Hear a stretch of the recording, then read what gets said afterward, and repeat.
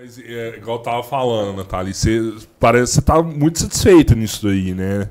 Nesse rolê todo. E pra sair daí e entrar no OnlyFans, assim, foi uma sequência? Foi por grana? Por que você resolveu fazer isso aí? Na verdade, foi uma série de fatores, né? Então, assim, resolvi sair, né? Acabei saindo da Ambev e fui para outra multinacional, porque na época eu fiz uma pós em BI e queria mudar total, não queria falar mais de cerveja, queria trabalhar com dados. E aí, Você também manja de Power BI, então. é mais ou menos. Eu até tenho conhecimento, mas eu nunca exerci muito, né? Mais Caraca, Excel mesmo. foda, foda, foda. E aí, estava apaixonada, né, pelo BI, os dados e todas as informações e tomadas de decisões que os dados podem oferecer para a empresa, para o business mesmo, e queria ir para essa área. E aí eu migrei, né? Fiquei um período curto, né, num broker, né, da Nestlé, trabalhando com isso. E aí só que estava cansada de multinacional, mundo corporativo, e aí queria empreender, Por né? que te cansou no mundo corporativo?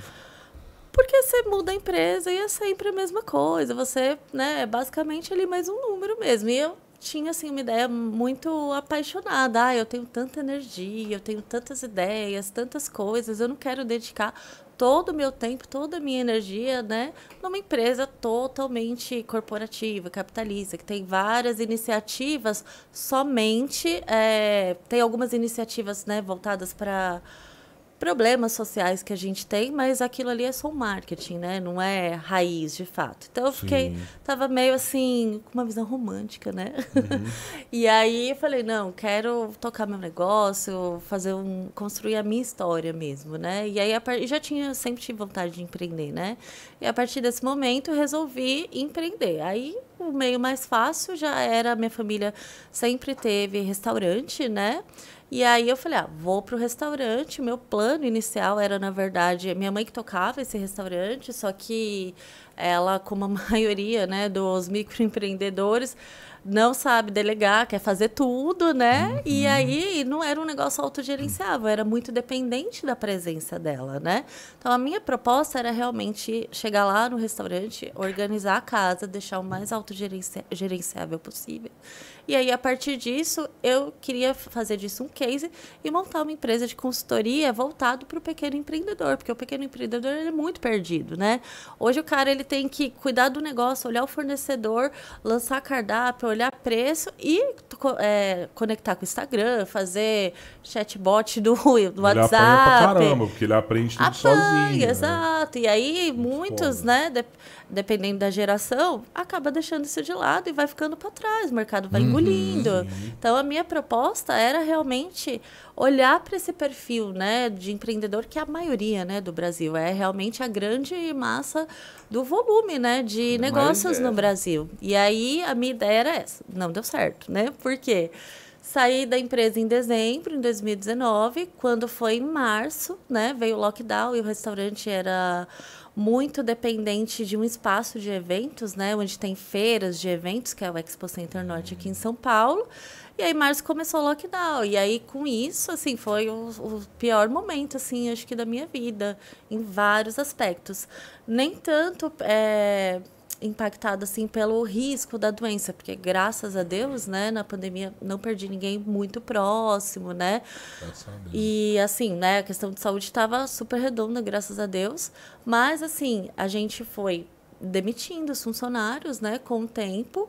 Tentamos colocar algumas estratégias, né, de delivery, etc, que a gente não tinha gargalo na época, né, porque era muita demanda.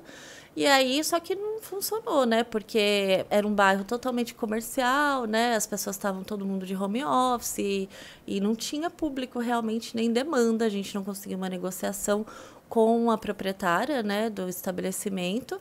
E aí Demóvel não foi tinha. degringolando, realmente. A gente foi vendendo tudo para manter o ponto, na expectativa que a pandemia fosse mais curta.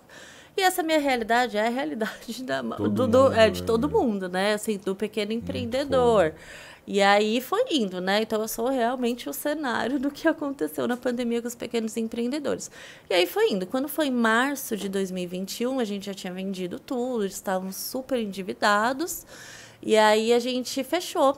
encerrou as atividades desse restaurante, que já tinha 12 anos no mercado, e a gente resolveu, eu e minha mãe, montar um pequeno delivery, com uma operação enxuta, onde só eu e ela trabalharia, né? E a gente quis fazer uma ideia meio disruptiva, né? Então a gente falou, vamos fazer uma casa de choripã, que é um sanduíche argentino, né?